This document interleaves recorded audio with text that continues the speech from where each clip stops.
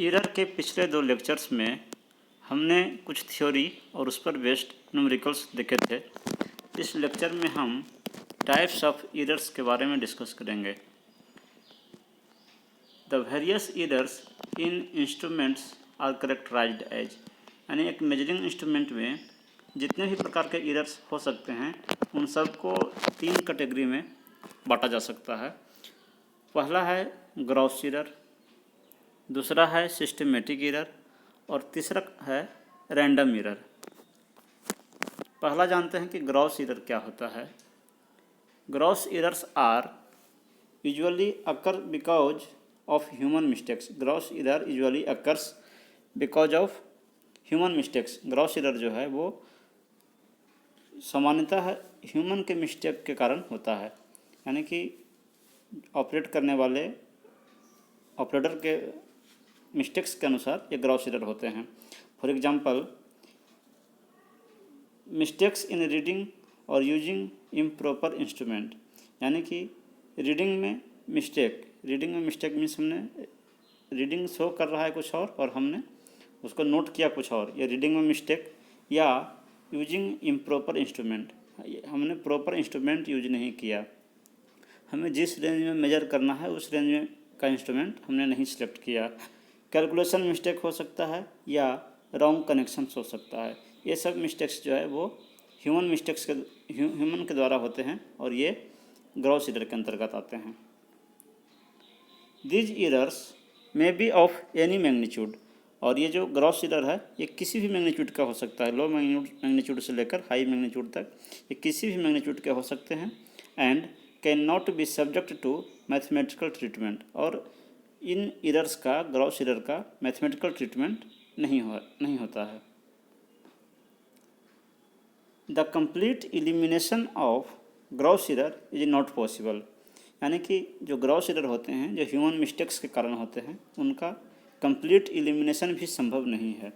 But one can minimize them, लेकिन उसको कम किया जा सकता है। By taking a great care in taking and recording the data, यानी डाटा लेने में या रीडिंग लेने में एक सावधानी बरत करके हम ईरर को मिनिमाइज कर सकते हैं, ग्रॉस ईरर को कम कर सकते हैं। एटलीस्ट 2 और 3 readings of the quantity should be taken, यानी कि ह्यूमन ईरर के द्वारा, ह्यूमन मिस्टेक के द्वारा जो ईरर होता है, जो ग्रॉस ईरर, उसको कम करने के लिए जिस क्वांटिटी को मेजर कर रहे हैं उस क्वांटिटी का 2 या 2 से अधिक रीडिंग लेनी चाहिए, और ख़ास करके अलग अलग ऑब्जर्वर के द्वारा और अलग अलग रीडिंग पॉइंट्स पे। इससे हमें पता चलता है कि कितने का डिफरेंस आ रहा है। दूसरा है systematic error. Systematic errors are divided in 3 category. Systematic error को भी 3 कैटेगरी में बांटा गया है। उसमें पहला है इंस्ट्रूमेंटल ईरर, दूसरा है इन्वायरमेंटल ईरर और तीसरा है ऑब्जर्वेशनल ईरर। इंस्ट्रूमेंटल ईरर क्या होता है? These errors are due to the following reasons, यानी इंस्ट्रूमेंटल ईरर जो है वो निम्नलिखित कारण से होते हैं। पहला है due to inherent shortcoming in the instrument. Instrument में ये ईरर, इंस्ट्रूमेंटल ईरर जो है ये इनहेरेंट भी हो सकते हैं, जन्मजात जिसे कहते हैं, यानी इंस्ट्रूमेंट जब बना उसी समय से ये ईरर इस इंस्ट्रूमेंट में प्रोड्यूस हुआ। तो इंस्ट्रूमेंटल ईरर का एक वजह ये हो सकता है कि ड्यू टू इनहेरेंट शॉर्टकमिंग, यानी कि ये उस इंस्ट्रूमेंट में इनहेरेंट है, पहले से ही है, जब से डिजाइन हुआ है तभी से ये ईरर है। These errors are inherent in instruments because of their mechanical structure। Her instrument का अलग अलग स्ट्रक्चर होता है, तो ये जो ईरर हैं इंस्ट्रूमेंटल ईरर, ये उस इंस्ट्रूमेंट के मैकेनिकल स्ट्रक्चर के कारण वो इनहेरेंट इसमें हो सकते हैं, उस इंस्ट्रूमेंट में इनहेरेंट हो सकते हैं, यानी पहले से ही वो ईरर डिजाइन के टाइम से ही हो सकते हैं। They may be due to construction, calibration और ऑपरेशन ऑफ द इंस्ट्रूमेंट, यानी ये जो इंस्ट्रूमेंटल ईरर है ये उस इंस्ट्रूमेंट में कंस्ट्रक्शन में कुछ मिस्टेक्स के कारण हो सकते हैं, कैलिब्रेशन उसका स्केल में जो कैलिब्रेशन किया हुआ है उसमें मिस्टेक के कारण हो सकते हैं या इंस्ट्रूमेंट के ऑपरेशन के कारण भी हो सकते हैं। These errors may cause the instrument to read too low और टू हाई।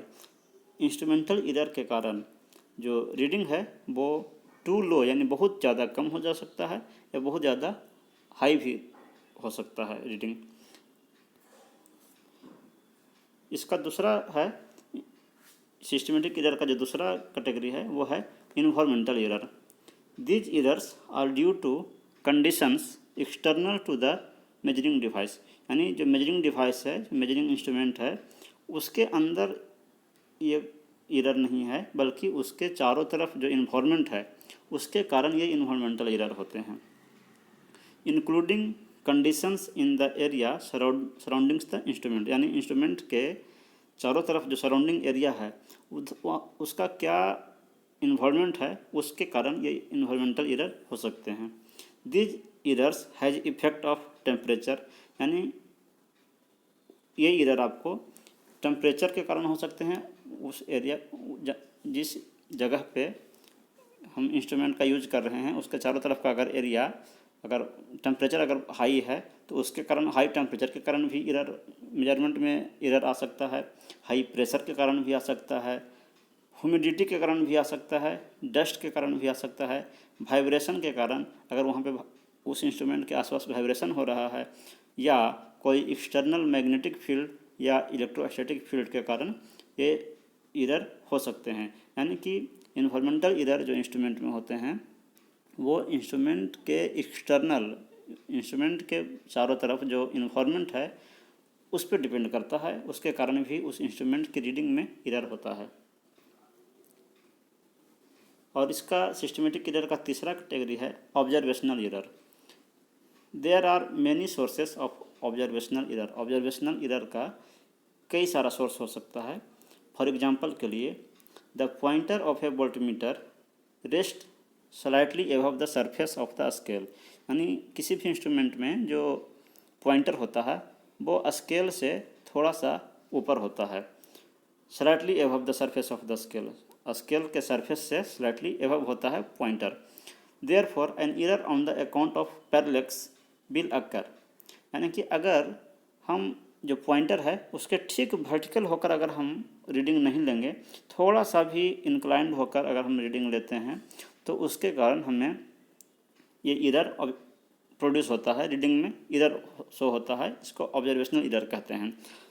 जिससे ठीक अगर हम पॉइंटर के ठीक वर्टिकल होकर रीडिंग लेंगे तो अगर हमें 3.4 एम्पियर या 3.4 ओम रीडिंग अगर शो हो रहा है और थोड़ा सा इंक्लाइंड होकर के, आपको पता भी नहीं चलेगा कि हम इंक्लाइंड हैं, लेकिन थोड़ा सा इंक्लाइंड होने पर भी वो रीडिंग आपको 3.3 शो होगा या 3.2 शो होगा या 3.5 शो होगा।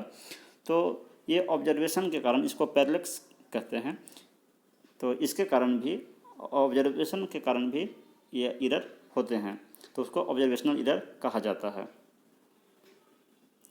Also the sensing capability of individual observer affect the accuracy of the measurement. यानी हर ऑब्जर्वर का अलग अलग सेंसिंग कैपेबिलिटी होता है और वो भी मेजरमेंट की एक्यूरेसी को अफेक्ट करता है। और टाइप्स ऑफ एरर का तीसरा जो क्लासिफिकेशन था वो था random error. These errors are of variable magnitude. या रैंडम एरर जो हैं वो वेरिएबल मैग्नीट्यूड्स के होते हैं, कोई एक समान इनका मैग्नीट्यूड नहीं होता है।